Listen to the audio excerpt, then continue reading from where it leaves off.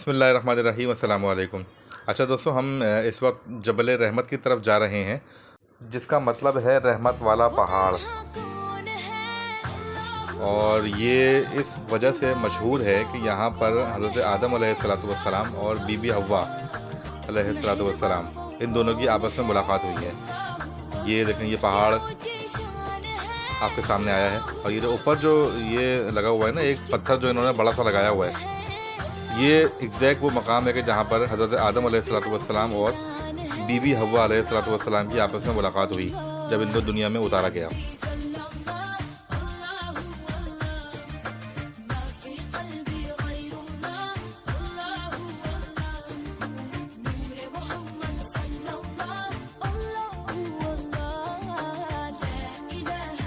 میں آپ کو ابھی اس پہاڑی کی طرف بھی لے کے جاؤں گا، مگر تھوڑی سی تفصیل میں آپ کو بتاؤں گا۔ جب اللہ تعالیٰ نے حضرت آدم علیہ السلام اور بی بی حوا علیہ السلام کو تخلیق فرمایا تو ان کو جنت میں رکھا اور آزمائش کے طور پر ان کو ایک درخت کے بارے میں بتایا، اس کا پھل آپ کو نہیں کھانا۔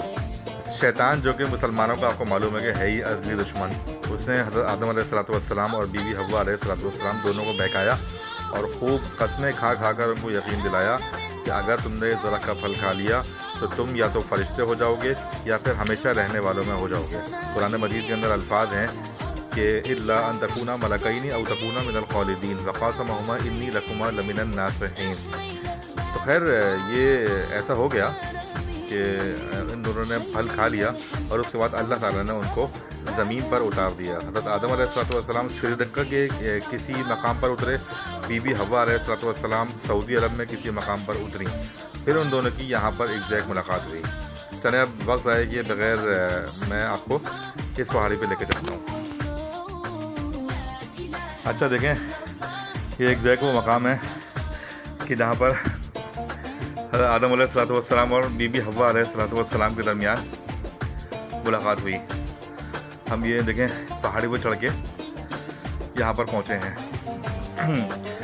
زیادہ اونچی تو خیر نہیں ہے، لیکن یہ ہے کہ ظاہر سی بات ہے سیڑھیوں سے بھی انہوں نے جگہ دی ہوئی ہے، لیکن ہم پہاڑی سے چڑھ کے یہاں پر پہنچے ہیں۔ تو اب یہ وہ پہاڑ ہے کہ جس کے بارے میں کہا جاتا ہے کہ اس پہاڑ پر ہر وقت اللہ کی رحمت وغیرہ برستی ہے۔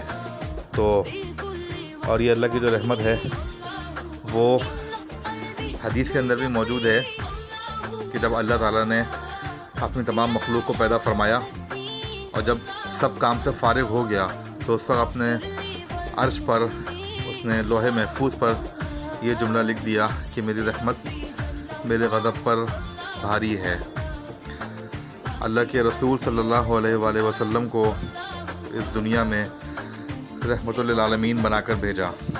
اللہ نے اپنی رحمت اس چیز کو شمار فرمایا کہ اپنے نبی صلی اللہ علیہ وآلہ وسلم کی زبان کو نرم فرما دیا، چنانچہ فرمایا کہ فَبِمَا رَحْمَةٍ مِّنَ اللَّهِ لِنتَ لَهُمْ وَلَوْ كُنتَ فَظًّا غَلِيظَ الْقَلْبِ لَانفَضُّوا مِنْ حَوْلِكَ، کہ اللہ کی رحمت ہی ہے کہ اس نے نبی آپ کی زبان کو نرم فرما دیا، اور اگر آپ زبان کے سخت ہوتے تو جو مجمع آپ کے درمیان لگا ہوا ہے وہ چھٹ جاتا۔